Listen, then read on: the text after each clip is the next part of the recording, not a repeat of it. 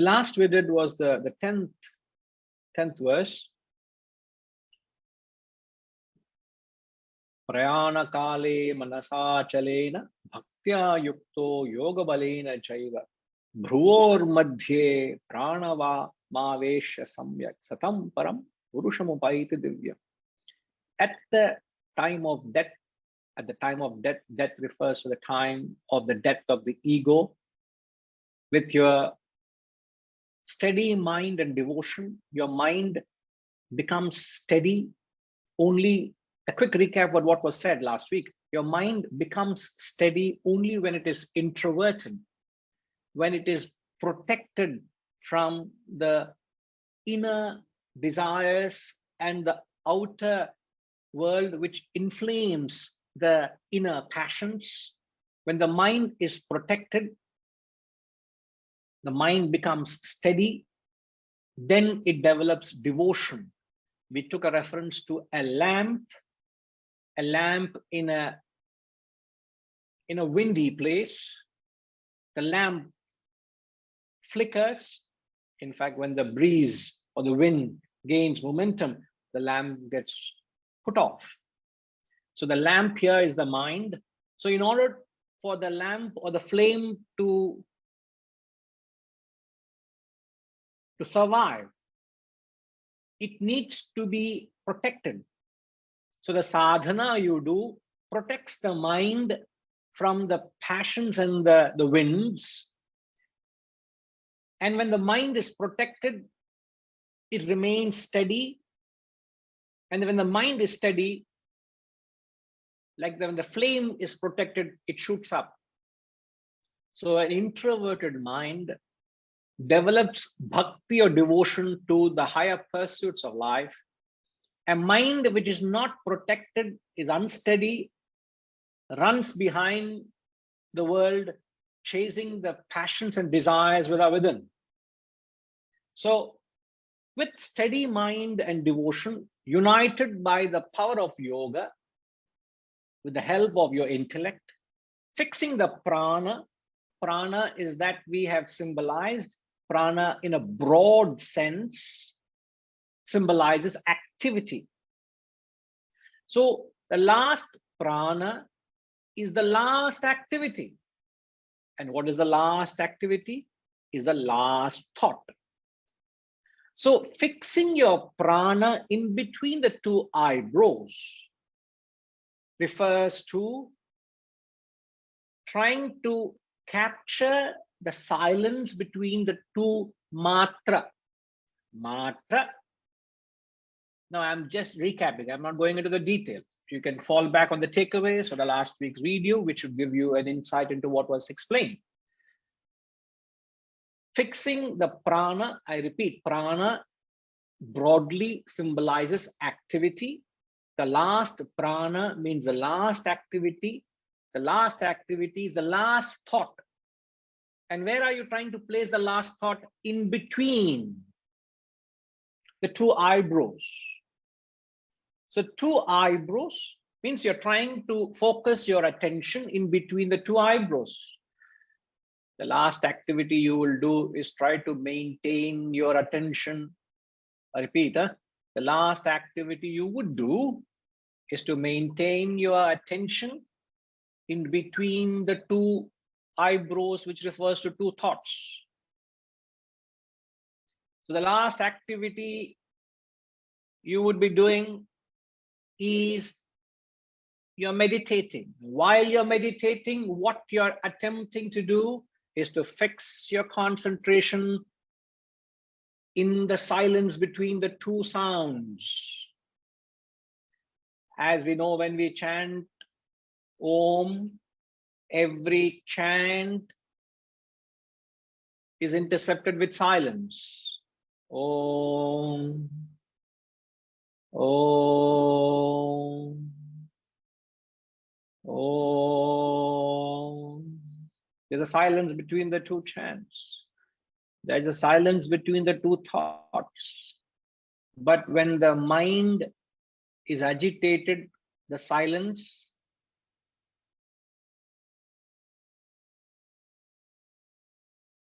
Vasanta Paroma.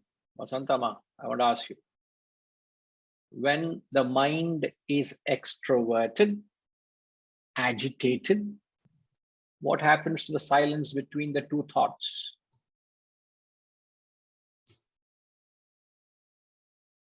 No idea. Were you there last week? No, I was not. Okay. You would find it difficult to relate to the context if you are not there or didn't hear that. Now, as I just said, while you're chanting, there is a silence between the two chants, isn't it? Yes. All right. There's a silence. Now, when the mind is agitated, the opposite of it, agitated state of mind is when your mind is gushed with multitudes of thoughts. Or the frequency of your thoughts increases. That is what we said, extroverted mind. All right. Now, in such a state, is there silence between the two thoughts?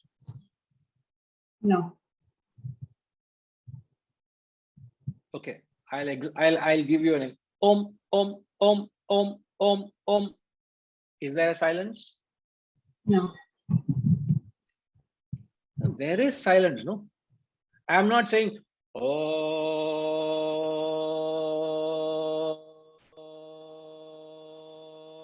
I'm not saying that, no. I'm saying om.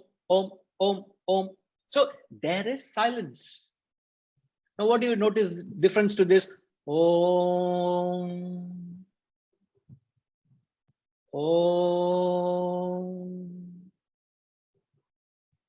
In an introverted mind, the silence is longer.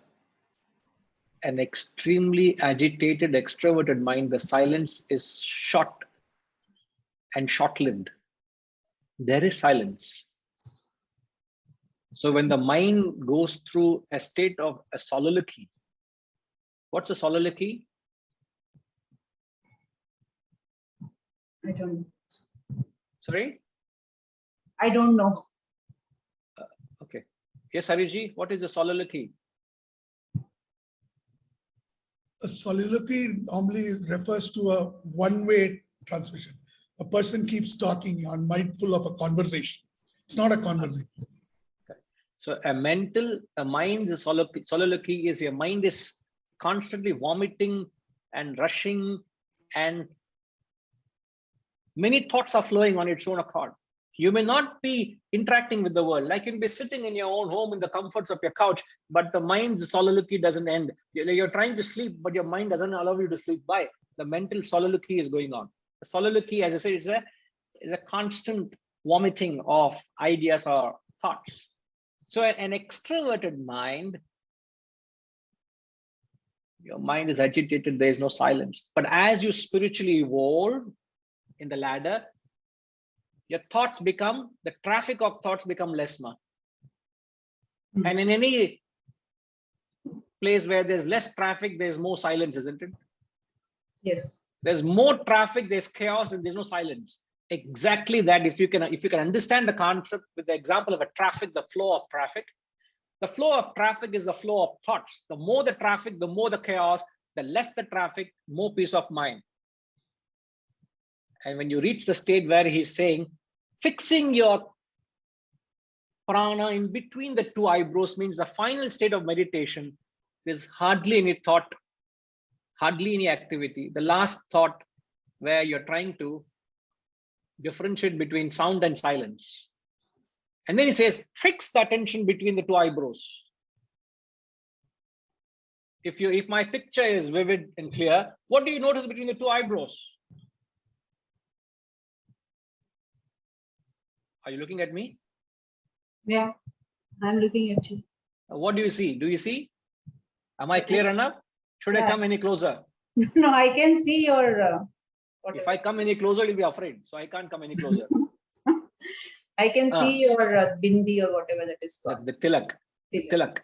So the tilak symbolizes the Atman or the God or the Brahman which resides. This is called the Jnana Chakshu.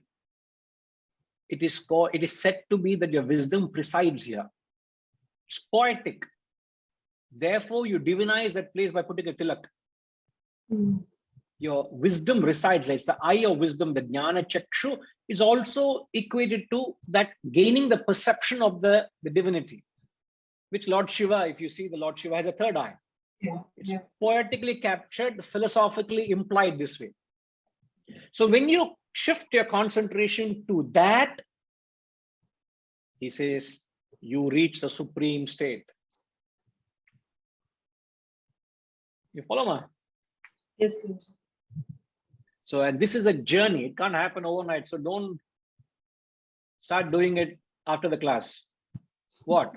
Trying to focus your eyes or attention on the eyebrows. It's not to be taken literally. Okay, ma? Yes, Guruji. This is a philosophical meaning. All right. Right. Wonderful. So let's move on. Verse 11, please.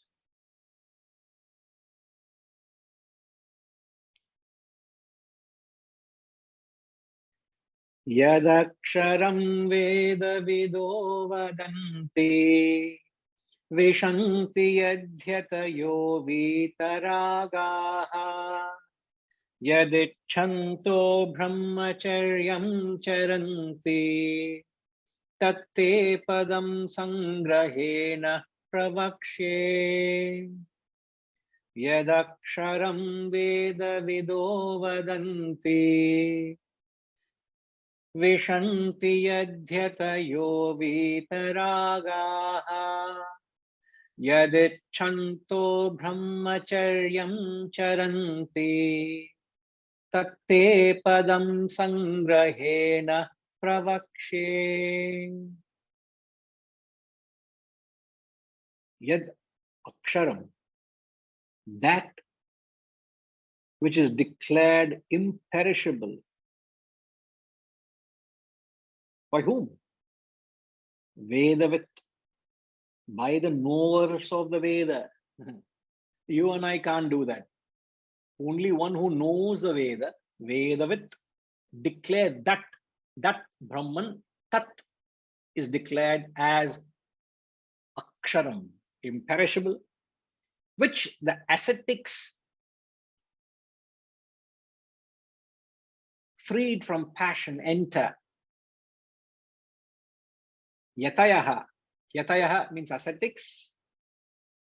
Vishanti, enter.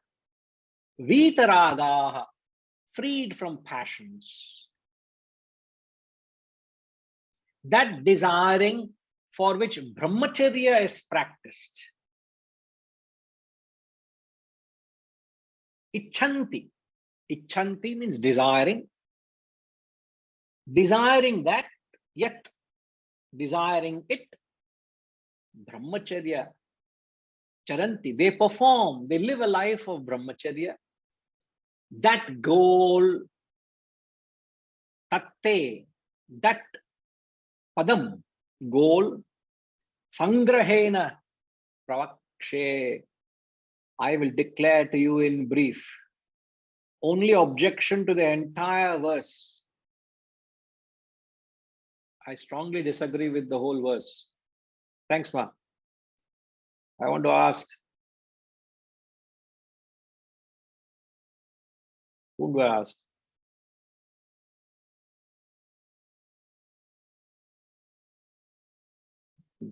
Okay, Ramji, what is the word you think I would strongly disagree? I think brahmacharya. So why should I have objection to brahmacharya, sir? Because you are not a brahmachari. Oh. No. Sir, the true meaning of brahmacharya is not to be a celibate. It is not that. Yeah, but what I understood in many places, right, the celibacy or the brahmacharya is practiced by many as a means of attaining moksha. Because Sir, there is brahmacharya is described as brahmani charanti iti. Means to conduct yourself in a way that you can revel in the thought of Brahman. That is brahmacharya. Brahmani charanti iti. Yes, sir. So it doesn't mean celibacy. It doesn't. True celibacy, even though you may qualify it as a ashrama, you belong to a particular ashrama, but reality is that then it's only meant for that small percentage of people who are celibates. Rest of them are disqualified for spiritual path. No, if you see many people who practice celibacy, even Gandhi has written in his book that he practiced the celibacy because he knew that that is a route to moksha. And as described in the scriptures, I don't know whether it is a misreading of scriptures or it is what, but celibacy is that is also a reason why some of the people remain brahmacharis. That's what I came to understand from them, that those I who think remain brahmacharis. that is a path prescribed for those who can do it, but that doesn't mean who cannot and don't do it are disqualified. The path is all inclusive, not exclusive, sir. Okay. It gives an Yeah, opportunity to every person to attain that state of realization. So the true celibacy is not something which we're interpreting for our convenience. I'm only trying to explain, irrespective of your clarification, sir. I would have explained what brahmacharya is when I got there. Brahmacharya is celibacy is to conduct yourself in life in such a way that you remember Brahman, irrespective of where you are placed in life. So to focus your thoughts on Brahman or self, the constant consciousness of Brahman, where when you are in the world, you are able to entertain thoughts of Brahman, that is brahmacharya. Okay. Hmm. Then I can't But think of any other word here which Sir. you don't like. Okay, sir. Okay. Ma, can I have the translation again? So you have exhausted your chances, sir. I'll not ask you again. No, sir, let me look at it again. Oh, okay. Look at it again, sir. Okay, one more chance. Because you asked so.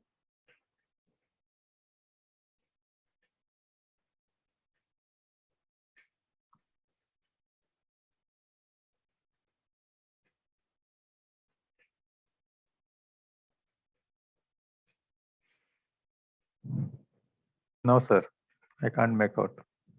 Okay. Aparagaru. Only the person I think can guess it, sir.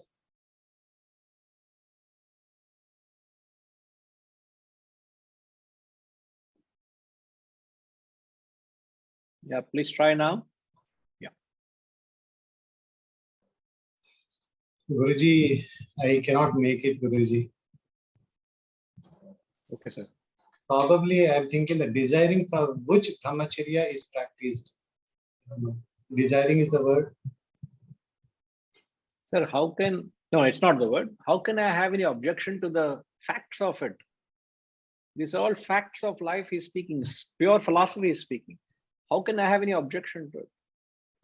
You may say, sir, if you, then you may, I know you will say, sir, if you're objecting, why don't you vomit it out? Why are you wanting us to read your mind? You will say, I know that. Huh? I know how Aparagari thinks. Why don't you say and move on, Guruji? Why are you chewing our head? Correct, huh? No, not at all, sir. No, I am not finding, especially a verse said by Krishna. Something wrong in it, isn't it? Yeah. I take correct. That thing, who are we to find wrong with it? Sir, the only thing I find wrong, I wish he said, I will declare it to you in detail. There are only 700 verses. Correct, only 700 verses. I wish he said, I will give it to you in detail. We would have got a lot more wisdom, isn't it? Why should he say, Sangrahena? I object strongly to Lord Krishna and Vyasa there. If only he said, I will give you in detail, the chapter would have been longer, the Gita would have been longer. We would have got more chance to introspect, reflect, and digest the wisdom. Which Harishi says, existing knowledge itself, I'm not able to do anything. Lot more coming my way, what will I do? I can understand exactly what's happening in Harishi's mind. SR, correct, no? SR, I'm calling you, no reaction. Sir, the title has already been conferred, sir. When you say Harishji, then I got a little confused. No, it is Harishji and then SR also, because SR also. I'm saying how Harishji is not responding to what I'm saying. Correct, Hariji? But Guruji, here is it one? Do you think that is objectionable? Objectionable in sense of that only the people who knows Vedas only know that is imperishable. Is it not that not knowing the Vedas, being not aware of it? The condition what is put across that. Correct. I think that's one sentence where I feel maybe not in line of thinking. No, see what he says, that which is declared imperishable by the knowers of the Vedas. So the Vedas, yes. No, the knowers of the Vedas doesn't mean those who have heard the Vedas. Now you must understand why this appears suddenly out of context. You may say that why suddenly Veda is coming here. This mantra is actually appears partly in Kathopanishad. So this verse has been taken from Kathopanishad. So it is in line with the thought there. So when the great Vyasa, when he compiled, he took that from his memory, tapped that what Kathopanishad was said, and he grafted that part of the message here. Yeah. Now, knowing the Veda or the knowers of Veda doesn't mean who are informed intellectually. Those who know, sir, from their point of view, when they say knowing, it means living it. There is no difference between knowing and living. You and I, in our language, we say knowing and living. From their language, if you know something, you must live it. If you don't live it, you don't know it. Don't know it. You can't say, oh, I know I must be disciplined, yet I am not disciplined. That means you don't know what discipline is, man. Keep quiet. Don't claim to know anything. So that is the language of the Shastra. So when you claim to have some knowledge, it is wisdom. From their point of view, Jnanam and Vijnanam are one and the same. Jnanam is knowledge. Sanjay, you know the difference, isn't it?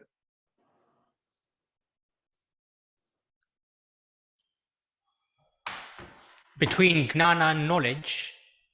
No. Jnanam and Vijnanam. Only to the extent I think Vijnana means a more knowledge of the consciousness, a higher knowledge. And Jnanam? Yeah, actually that's the same.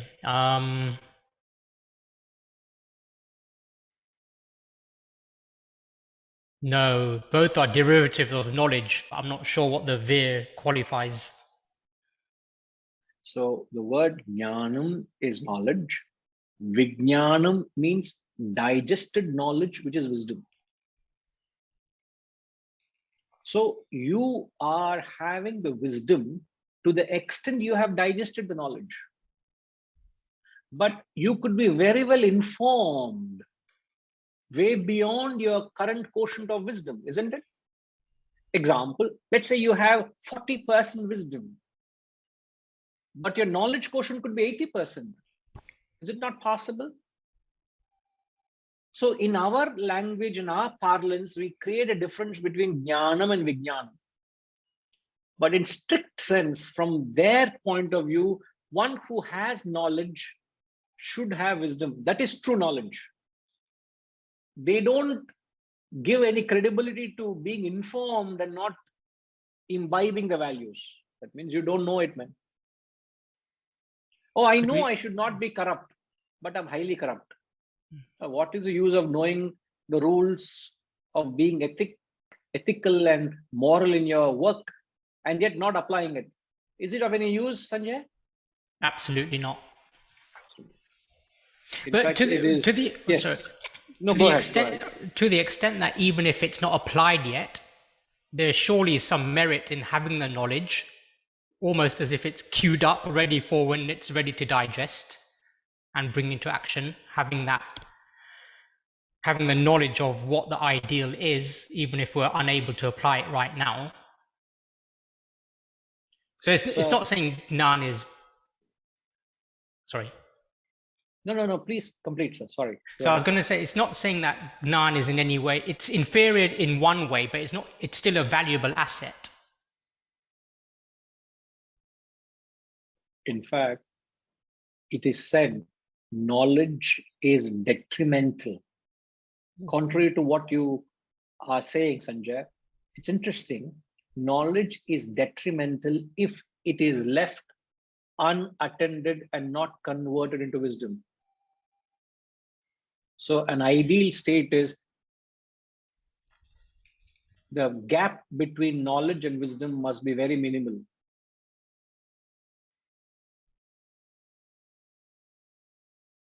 But in many, the disparity is huge. Means the knowledge quotient is vast, the wisdom quotient is minimal.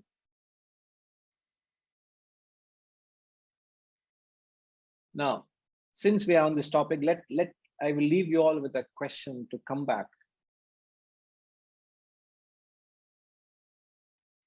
Please justify.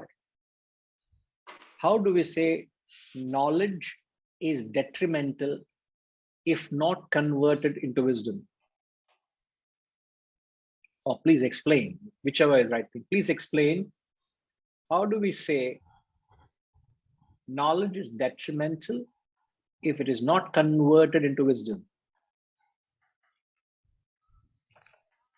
There are more than one points that make us think and clarify this concept.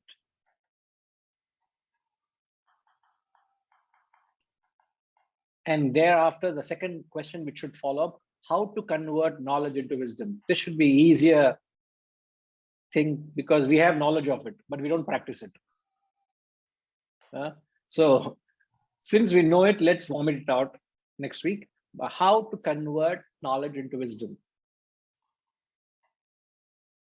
If this is not addressed, then the whole concept is incomplete, isn't it? So just for reassurance, can you repeat both the questions, Sanjay? How can knowledge be detrimental if it is not converted into wisdom? And secondly, how to convert knowledge into wisdom? Perfect.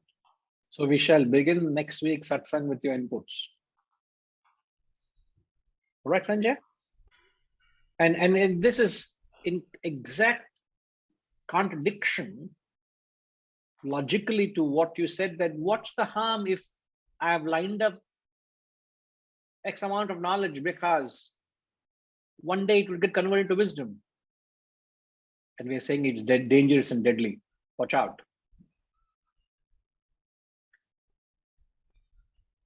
It's an interesting observation. I must say that when you carefully unfold, so much importance we give to knowledge, but the same knowledge can be deadly. Okay, we'll come back to that. Okay.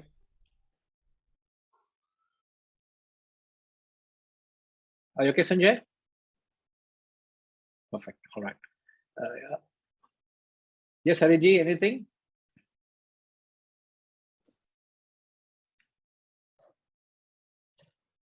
Guruji, how would you differentiate between kama and ichanta?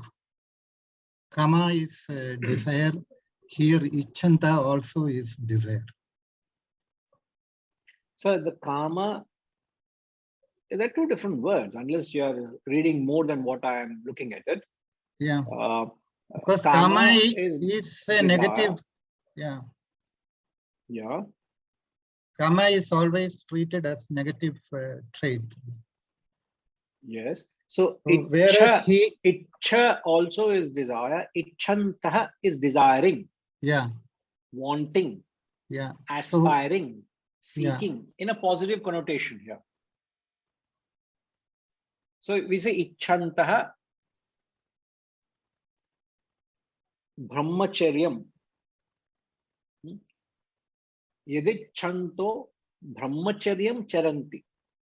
Charanti is they perform or they lead a particular life of brahmacharya because they desire it.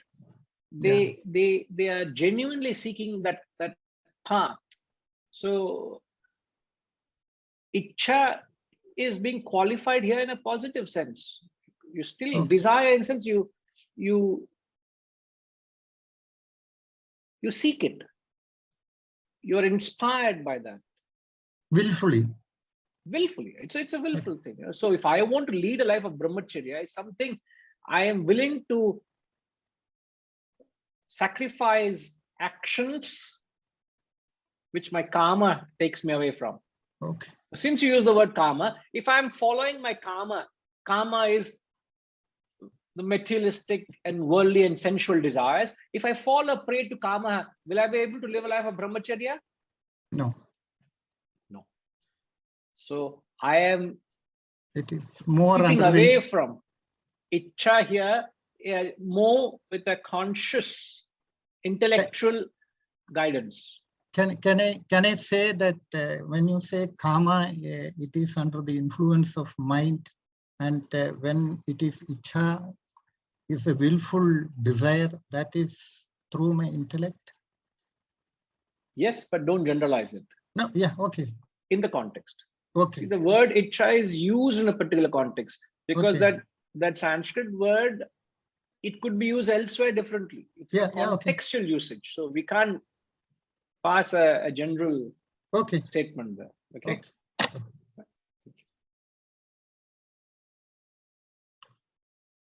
So those who have imbibed this wisdom, they know what that truth is, what that Brahman is. They know that everything in the world is perishable. It is no more. It is passing. In fact, another nature, another name for the world is change. The world is also called as change. Anything that is subjected to change means it is short-lived, it is perishable. Ksharam. Kshara is perishable. Akshara is imperishable. You and I don't know that. We're all caught up in the Kshara. These people are established in the Akshara. Aksharam Veda Vido Vadanti. It's a beautiful verse. I'm encouraged, just chant once before we conclude and come back. Let's chant it once again. Try to sing along, chant along with me, okay? Yadaksharam Veda Vido Vadanti Vishanti Yadhyatayo Vitaragaha Yadichanto Brahmacharyam Charanti Tatte Padam Sangrahena Pravakshe.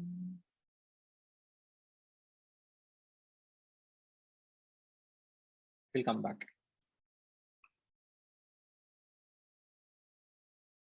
Om Purnamada Purnamidam Purnat Purnamudachyate Purnasya Purnamadaya Purnamevavashishyate. Om Shanti Shanti Shanti. Hari Om. Shri Gurubhyo Namaha. Hari Om.